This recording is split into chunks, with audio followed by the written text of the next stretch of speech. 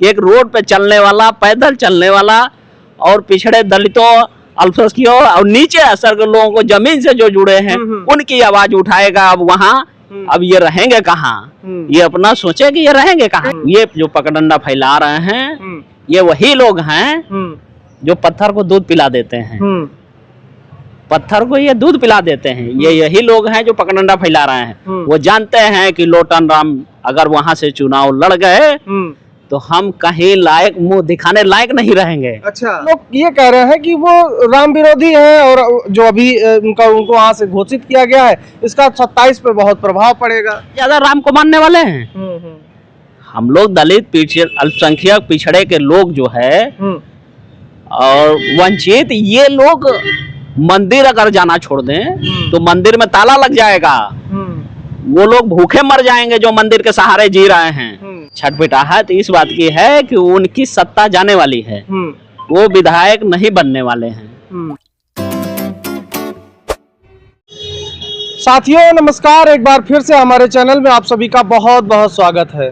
हमारी मौजूदगी इस समय प्रदेश की राजधानी लखनऊ में है और उत्तर प्रदेश की सियासत की बात की जाए तो जब जिस तरीके से समाजवादी पार्टी के राष्ट्रीय अध्यक्ष अखिलेश यादव जी ने अयोध्या की गोसाईगंज विधानसभा सीट से अपने बहुत ही पुराने और सामाजिक न्याय की लड़ाई लड़ने वाले बहुजनों की बहुत बड़ी आवाज़ के रूप में जाने जाने वाले चौधरी लोटन राम जी निषाद जी को वहां का प्रभारी बनाया है और चर्चाएं इस बात की भी है कि उनको वहां से प्रत्याशी भी बनाया जा सकता है।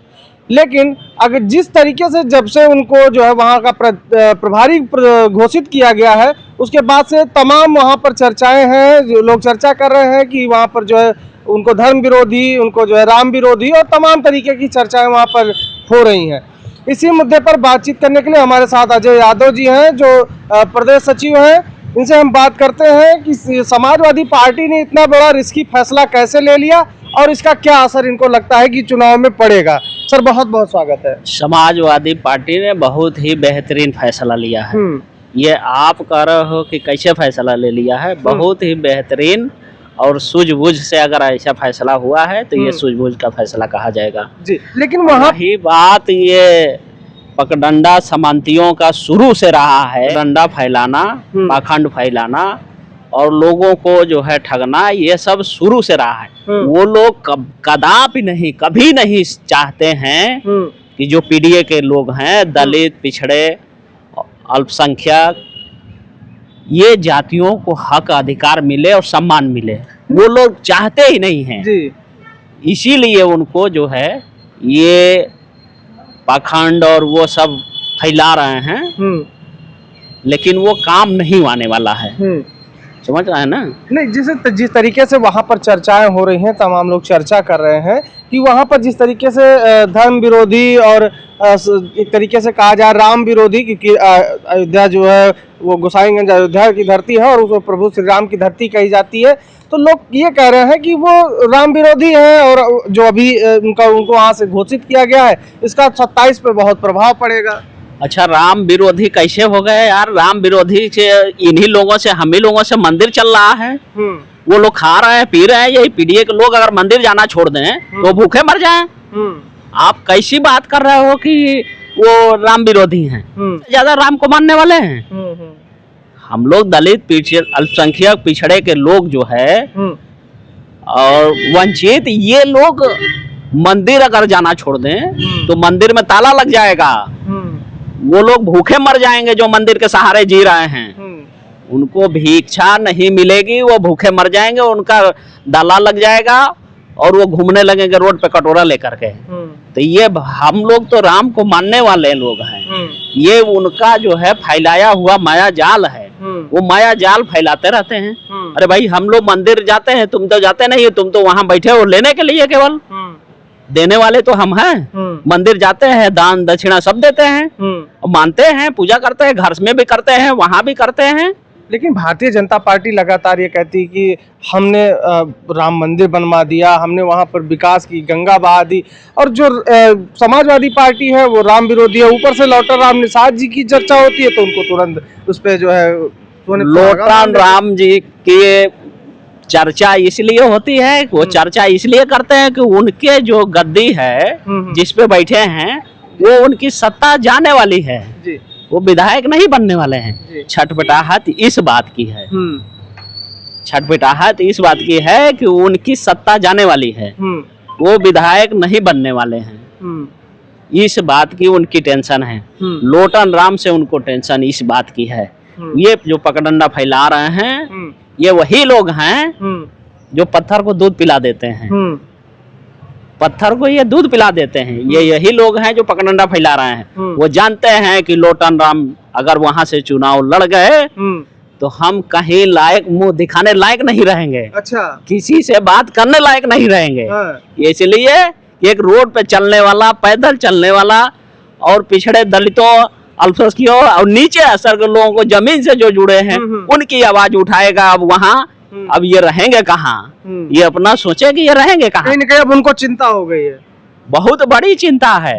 वो रात में सो नहीं पाते होंगे। आप कभी रात में फोन लगाइएगा, कभी रात में आप तो पत्रकार हैं, आप तो फोन लगा सकते हैं। कभी लगा के चेक करिएगा, वो 12 बजे लगाएंगे जगह मिलेंगे, 2 बजे लगाएंगे जगह मिलेंगे, क्योंकि उनको नींद नहीं आ रही है। जब से वो वहाँ सुन गए हैं वो लोग कि चौधरी लोटन राम वहाँ से चुनाव लड़ेंगे, लड़ सकते हैं, यहाँ प्रभारी घोषित किए गए, तब से उन लोगों का टेंशन दिमाग में होगा। रात भर वो विचार करते हैं तो भैया हम लोग की तो अब बोरिया बिस्तर बंधने वाला है, हम लोग क्या प्रोग्राम करें, क्या व्यवस्था करें। वो रात भर इसी बात की मीटिंग करते हैं कि आखिर ये लोटन राम जी का यहाँ न लड़ना हो, इस बात के लिए वो पगडंडा ये सब फैला रहे हैं अपना। लेकिन एक चर्चा ये भी है कि जब से वहाँ पर अगर देखा जाए तो लगातार 2012 वहाँ 2008 के परसिमन में वो सीट का गठन हुआ, गोसाईगंज विधानसभा सीट, उस पर 2012 में पहला चुनाव हुआ और लगातार वहाँ पर देखा जाए तो चाहे भारतीय जनता पार्टी से खब्बू तिवारी हो, तो समाजवादी पार्टी से अभय सिंह हो, या फिर बहुजन समाज पार्टी से खब्बू तिवारी हो, समाजवादी पार्टी से अभय सिंह हो, लगातार समाजवादी पार्टी ने वहाँ पर जो है अभय सिंह को टिकट दिया है और वो जीतते आए हैं। तो क्या लग रहा है कि जिस तरीके से वो बाहुबलियों का रणक्षेत्र क्षेत्र रहा उसमें लोटन राम टिक पाएंगे? क्योंकि एक तरफ पैसा, पावर और तमाम जो एक हवा होती है वो बनी होगी, दूसरी तरफ एक पैदल चलने वाला आदमी। बिल्कुल, आपकी बात एकदम बिल्कुल सच है। लेकिन आज की जो स्थिति है, माननीय राष्ट्रीय अध्यक्ष जी समाजवादी पार्टी के अखिलेश यादव जी को बहुत बहुत धन्यवाद हम देते हैं। उन्होंने पीडीए जैसे नारा उन्होंने दिया, पीडीओ को जोड़ने का काम किया, पीडीओ को जगाने का काम किया, पीडीओ को एक करने का काम किया।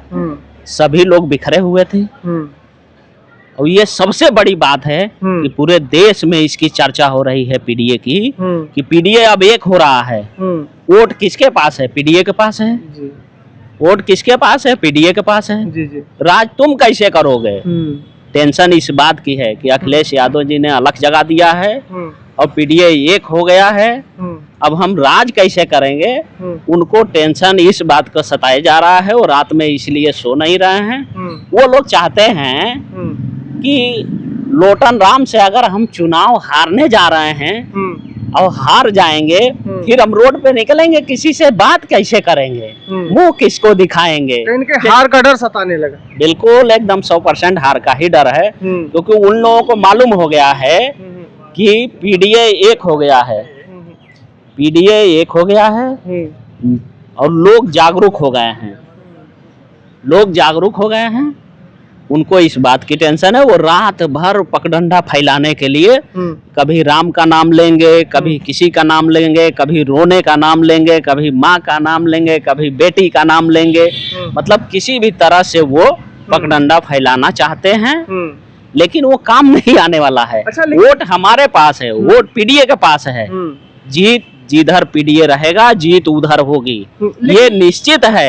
ये उन लोगों को समझ लेना, उन लोगों को तो समझ ही गया है। उन लोगों को ये बात समझ में आ गई है कि पीडीए अब एक हो चुका है, अब जाग चुका है। इन लोगों की नींद हराम करने जा रहा है, सत्ता छीनने जा रहा है, जो ये कभी सत्ता में वापस नहीं आने वाले हैं। जितने भी सामंती हैं कभी विधायक नहीं बनेंगे, इस बार आप देख लीजिएगा। अच्छा, लेकिन एक चीज लगातार देखा जा रहा है, जिस तरीके से अखिलेश यादव जी 2024 के चुनाव के बाद उसके बाद उपचुनाव हुआ 10 सीटों पर। उसके बाद से कहीं ना कहीं जो पीडीए का फार्मूला उस पर उन्होंने बिल्कुल एकदम सटीक पकड़ा, और जिस तरीके से उन्होंने पहला ही टिकट पीडीए के सबसे बड़े नेता, एक तरीके कहा जाए बहुजनों की बहुत बड़ी आवाज़ माने जाते चौधरी लौटाराम जी को दिया है, तो क्या लगता है कि 2027 में ये पीडीए कितने व्यापक रूप में आपको देखने को मिलेगा? पीडीए के अखिलेश यादव महानायक हैं जी। और पीडीए इतनी ताकत हो गई है, इतनी ताकत है पीडीए में कि हम कह रहे हैं सत्ता में ये लोग बने नहीं रह पाएंगे। ये सच है, आपके चैनल पर मैं बोल रहा हूँ। पीडीए एक महाशक्ति है, एक विशाल शक्ति है जिसके आगे मनुवादी कभी टिक नहीं पाएंगे। ये तो पीडीए अभी एक नहीं था, अलग अलग था, तब ये लोग जो है बीच में सेंध लगा करके अपना काम कर लेते हैं। लेकिन आज की डेट में पीडीए के महानायक माननीय श्री अखिलेश यादव जी ने जो अलख जगाई है, जो एकता का संदेश दिया है, उसमें ये लोग कहीं नजर नहीं आ रहे हैं। टेंशन इन लोगों की इस बात की है, इस बात के वो लोग पखडंडा अपना फैला रहे हैं, माया जाल, जो वो काम नहीं आने वाला है। जी। मैं एक बात बताया कि वो रात में सो नहीं पा रहे हैं, वो जान रहे हैं कि हमारी सत्ता जाने वाली है, विधायकी जाने वाली है, तो वो लोग विचार कर रहे हैं। वो भी दिन में नहीं मीटिंग कर रहे हैं कि पीडीए के लोग देख लेंगे मीटिंग करते हुए तो ये संदेश वहां पहुंच जाएगा। वो लोग रात में मीटिंग कर रहे हैं। रात में मीटिंग इसलिए कर रहे हैं कि कोई समझ ना पावे कि हम क्या पगडंडा करने वाले हैं। मतलब कहीं न कहीं साजिश इनके खिलाफ रची जा रही है। जी। साजिश रच रहे हैं ना, वो साजिश शुरू से यही काम करते आए हैं। शुरू से हमको और आपको पीडीए के लोगों को गलत रास्ता बताते आए हैं। कभी लोग सही रास्ता नहीं। राम मंदिर की बात करते हैं तो जो लोग पीडीए के लोग हैं और पीडीए के लोग ही राम मंदिर के मानने वाले लोग हैं, ये तो उसका चंदा खाने वाले हैं। अच्छा, चंदा खाने वाले। लेकिन एक चीज़ और भी चर्चा में है, अभी आप देख रहे होंगे बिहार में जिस तरीके से पूरा विपक्ष एकमत रहा और वहाँ पर एसआईआर के मुद्दे पर पूरे तरीके से चुनाव आयोग के खिलाफ मोर्चा खोल रखा है। लेकिन चर्चा इस बात की भी है कि अगर यूपी में भी कहीं ना कहीं ये चीज़ आएगी, और तय है कि एसआईआर का मुद्दा आएगा, और जिस तरीके से समाजवादी पार्टी या अन्य विपक्ष की तमाम जो पार्टियां हैं वो लगातार ये आरोप लगा रही हैं कि हमारे वोट चोरी हो रहे हैं, हमारे जो हमारे मूल मतदाता हैं उनके वोट काटे जा रहे हैं, और जो फर्जी वोट है वो जोड़े जा रहे हैं। यहाँ तक कि मिल्कीपुर उपचुनाव में जिस तरीके से आपके राष्ट्रीय अध्यक्ष लगातार कहते आ रहे हैं कि चुनाव लूटा जा रहा है, तो क्या इसका 2027 में आपको इसका भय नहीं सता रहा?